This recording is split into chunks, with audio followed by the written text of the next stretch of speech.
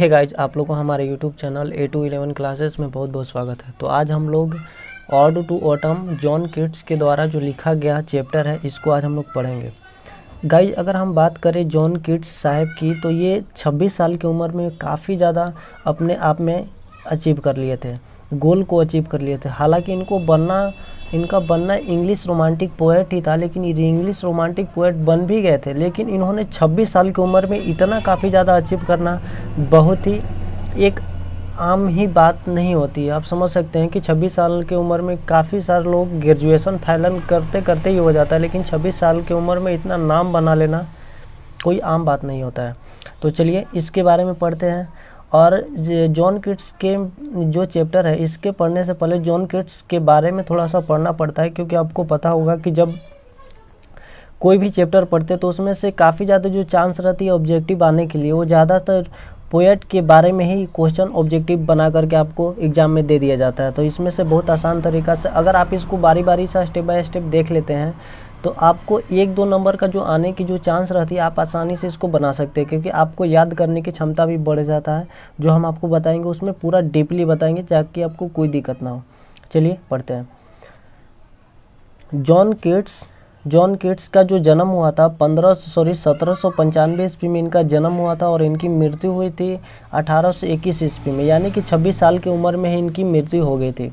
One of the greatest of English romantic poet, वो English romantic कवियों में से एक महान कवि थे। समझिए, वो एक महान रोमांटिक कवियों में से भी एक महान कवि थे। वाज बर्न एट मूनफील्ड, और उनकी जो जन्म हुआ था मूनफील्ड नाम के शहर लंदन में हुआ था, यानी उनका जो जन्म हुआ था लंदन मूनफील्ड शहर में हुआ था। He study at Clark school at Enfield, जो इनफील्ड नाम का जो शहर है, Enfield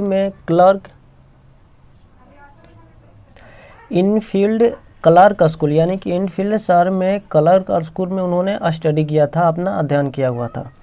deeply interested in cricket and boxing, और वो ज़्यादा रुचि रखते थे, विशेष रूप से जो रुचि रखते थे वो और क्रिकेट और बॉक्सिंग में उनका ज़्यादातर मन रहता था। क्रिकेट खेलना और बॉक्सिंग में वो भाग लेना, यानी बॉक्सिंग खेलना, दोनों ही तरीक़ा में वो बहुत ज़्यादा रुचि रखते थे। He grew into a voracious reader specially of Greek mythology. हालांकि उन्होंने जो वोरेशियस रीडर का मतलब होता है पेटू, आप जानते होंगे कि पेटू का काम क्या होता है, उसको जितना खाना दीजिएगा वो ज़्यादा और खाने के लिए मांगेगा, और रीडर मतलब वो पढ़ने के लिए। इस तरीक़ा से एक पेटू ही थे जो कि हमेशा ज़्यादा से ज़्यादा पढ़ने पर ध्यान देते थे। इनका मतलब ही होता था पढ़ना। और स्पेशली ऑफ ग्रीक मैथोलॉजी, वो ग्रीक भाषा के मैथोलॉजी यानी कि पौराणिक यानी पुरानी जो कथा होती उनको विशेष रूप पर ध्यान देकर के वो पढ़ते थे। अब आगे चलते हैं। He even started a translation of Virgil's Aeneid. He even started a translation, उन्होंने स्टार्ट किया था, उन्होंने शुरुआत किया था वर्जिल के जो एक कविता थे एनीड, उन्हीं को उन्होंने ट्रांसलेशन किया था, अनुवाद करने का भी शुरुआत किया हुआ था। हिज एम्बिशन टू बिकम, उनका जो एम्बिशन जो लक्ष्य था, बिकेम अ पोएट, लक्ष्य यानी कि कवि बनने का जो उनके पास जुनून आया था, was fired by his first acquaintance with Spenser of Faerie Queene. उन्होंने फेरी क्वीन स्पेंसर यानी स्पेंसर के फेरी क्वीन नामक एक कविता था, उन्हीं को जब वो पढ़े हुए थे तो उनको एक्वेटेंस का मतलब होता है यहाँ पे, एक्वेटेंस का मतलब होता है परिचित करा है। उन्होंने स्पेंसर के जो फेरी क्वीन जो बुक थी, जो कविताएं थी, उनको परिचित करा। His first fired was ambition to become a poet was fired by his first acquaintance with Spenser of Faerie Queene, यानी कि इस कविता को पढ़ने के बाद उनको एम्बिशन जाग जुनून जगे एक कवि बनने के लिए। अब आगे चलते हैं। हिज फर्स्ट पोएम, उनके जो फर्स्ट कविताएं थी lines in imitation of Spencer, उनकी जो फर्स्ट कविताओं का नाम था lines in imitation of Spencer, was publish, जो पब्लिश हुआ था इन 1814 में। उनकी जो line in imitation of Spencer जो कविताएं थी 1814 ईस्वी में पब्लिश हुआ था, प्रकाशित हुआ था। His first volume of poetry, उनका जो फर्स्ट फर्स्ट वॉल्यूम का मतलब होता है संग्रह, पोएट्री मतलब होता है कविता। उनको जो पहले कविताओं का जो संग्रह था इन टाइटल पोएम, और उनका टाइटल ही था पोएम। एक नंबर का ऑब्जेक्टिव इसमें से पूछता है कि उनका जो पहले कविताओं का जो संग्रह था वो किस नाम से था, टाइटल क्या था, तो आप बता सकते को पोएम ही नाम था उसका। वाज पब्लिश इन 1817 यानी 1817, 1817 ईस्वी में ये पब्लिश कर दिया गया था। His first Endymion was well appreciated by Wordsworth, और उनके जो कविता थी इंडीमियन, उनका नाम था इंडीमियन, वाज वेल अप्रिसिएटेड, और बहुत ज़्यादा सराहा गया, आप इसको तारीफ़ करना भी बोल सकते हैं, बाय वर्ड्सवर्थ। जो वर्ड्सवर्थ साहब जो थे वो इंग्लिश के महान कवि थे। उस समय जब इनका जन्म हुआ था, जिस समय ये लिखे हुए थे, उस समय के जो महान कवि थे वर्ड्सवर्थ साहब, इनकी जो कविताओं में इतना टैलेंट था, लिखने में इनका राइम इतना अच्छा लिखते थे कि इनकी जो कविताओं के दुनिया के सबसे जो महान इंग्लिश के रोमांटिक कवि थे, उनकी कविताओं को सराहा हुआ था। तो आप समझ सकते हैं कि जब किसी भी दुनिया के महान लोग अगर किसी को सराहा देते तो समझ सकते हैं कि उनके क्वालिटी में कुछ ना कुछ दम होगा। इट वाज पब्लिश, और इसका पब्लिश किया गया था। और ये जो इनका इंडीमियन जो कविता था उनको प्रकाशित कर दिया गया था 1818 ईस्वी में। हिज ऑट्स की मतलब होता है एक तरीका से गीत। हालांकि अब जब आप गाना सुनते होंगे तो उनके जो राइम है, अगर राइम नीचे वाले जो राइम होती है वो एक तरह से मिलता जुलता रहता है, ठीक उसी प्रकार इनका जो राइम थी एक गीत की तरह थी। गीत में क्या होता है कि राइम जो जितना भी लाइन रहते हैं उनको लास्ट वाले जो लाइन होता है वो मिलता जुलता रहता है, इसीलिए इसको इन्होंने ऑट्स की नाम दिया था। इनका जो वर्ड्स था यानी कि जो इनकी इस तरीक़ा से जो गीत थी उनका नाम इस तरीक़ा से 4-5 है, जैसे on indolence, on a Grecian urn, ode Psyche, to a nightingale, on melancholy and ode to autumn, जो कि इस चैप्टर में हम लोग का जिस कविता के बारे में पढ़ना उस कविता का नाम है ऑड टू ऑटम। देखिए इसमें से ऑब्जेक्टिव क्वेश्चन पूछ सकता है कि इसमें से कौन सी ओट्स जॉन कीट्स के द्वारा लिखा गया था। आप इसमें से देख सकते हैं 1 2 3 4 5 6 लिखा गया है, और इसमें से जो भी ऑप्शन में मिलता है आप उसको याद कर सकते हैं। और इसमें आपको ज़्यादा दिक्कत हो रहा है तो एक वीडियो बना करके डाल दिया गया जहाँ पर पोएट इंट्रोडक्शन, उसमें काफ़ी ज़्यादा डिटेल्स में बता दिया गया, जो भी ऑब्जेक्टिव आने लायक रहता है वहाँ पर उस वीडियो में बता दिया गया। आप उसको जाकर के देख सकते हैं, डिस्क्रिप्शन बॉक्स में लिंक है या प्लेलिस्ट में आप जाकर देख सकते हैं। फिर ode to autumn made him a great romantic poet, और जो ऑड टू ऑटम जो उनका कविता था जो अभी हम लोग पढ़ने वाले हैं, made him a great romantic poet, और इन जो कविता है इन सारी कविताओं को मिलकर उनको एक महान रोमांटिक कवि बनाता है। कोई दिक्कत तो यहाँ तक नहीं आना चाहिए।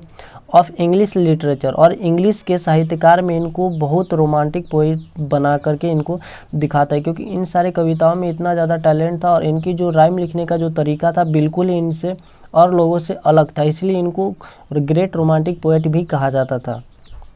सो डिड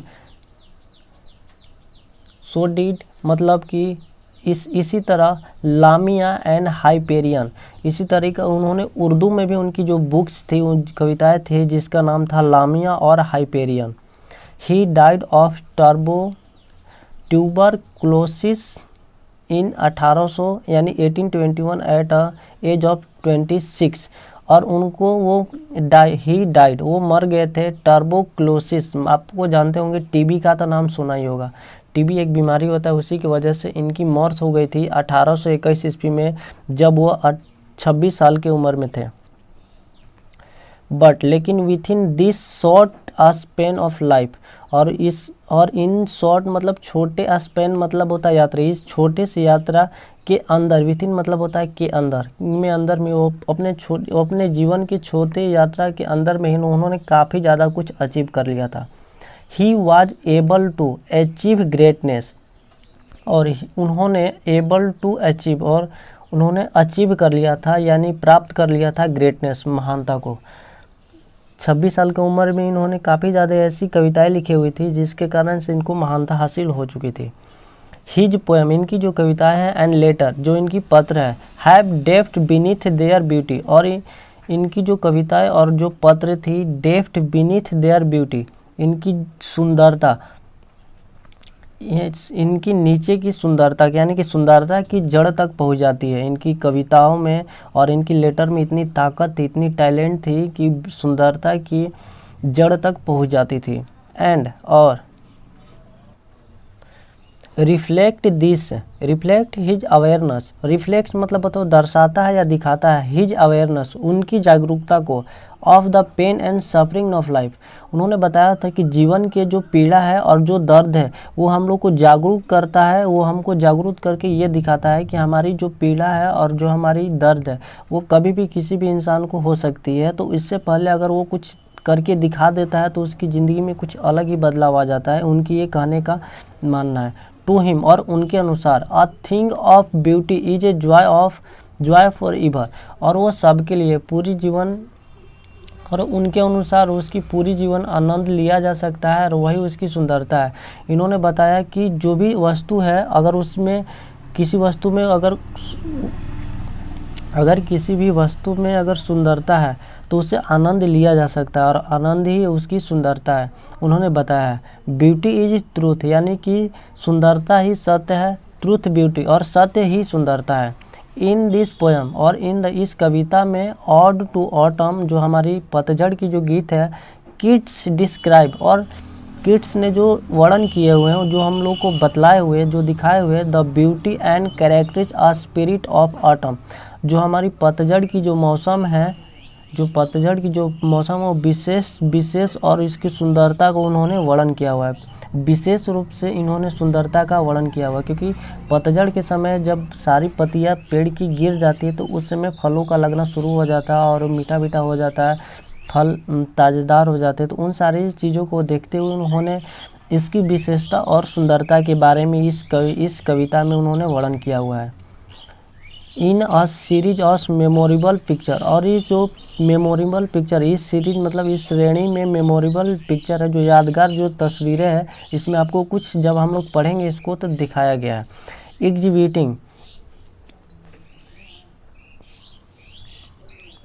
एग्जिबिटिंग का मतलब होता है दिखाना या बताना, the principle of beauty in nature, और उन्होंने प्रिंसिपल ऑफ ब्यूटी यानी कि सुंदरता के जो सिद्धांत है, हमारी जो प्राकृतिक की सुंदरता की जो सिद्धांत है उन्होंने इसमें दिखाया हुआ है। तो गाइज सॉरी, यहाँ पर तो आप थोड़ा सा नीचे आने में हम भूल गए थे। अब यहाँ तक से कोई दिक्कत नहीं हुआ होगा, और बारी बारी से यहाँ पर आप एक बार फिर से ध्यान से देख लीजिएगा, क्योंकि हम ऊपर में वीडियो में ध्यान नहीं दे पाए, इसलिए हमको थोड़ा सा गलती हो गया। तो गाइज ये वीडियो आपको लगता होगा कि बहुत अच्छा तरीक़ा से समझ में आ भी गया होगा, और वीडियो पसंद आया तो हमारे चैनल को सब्सक्राइब जरूर कर दें और बेल आइकन को प्रेस जरूर कर दें। और इसमें से जितने भी मीनिंग की आपको दिक्कत होगी तो हम आपको एक क्लिक करके आपको मीनिंग यहाँ से दिलवा सकते हैं। तो चलिए गाइज आज की वीडियो में बस इतना ही, मिलता है आपको अगले वीडियो में।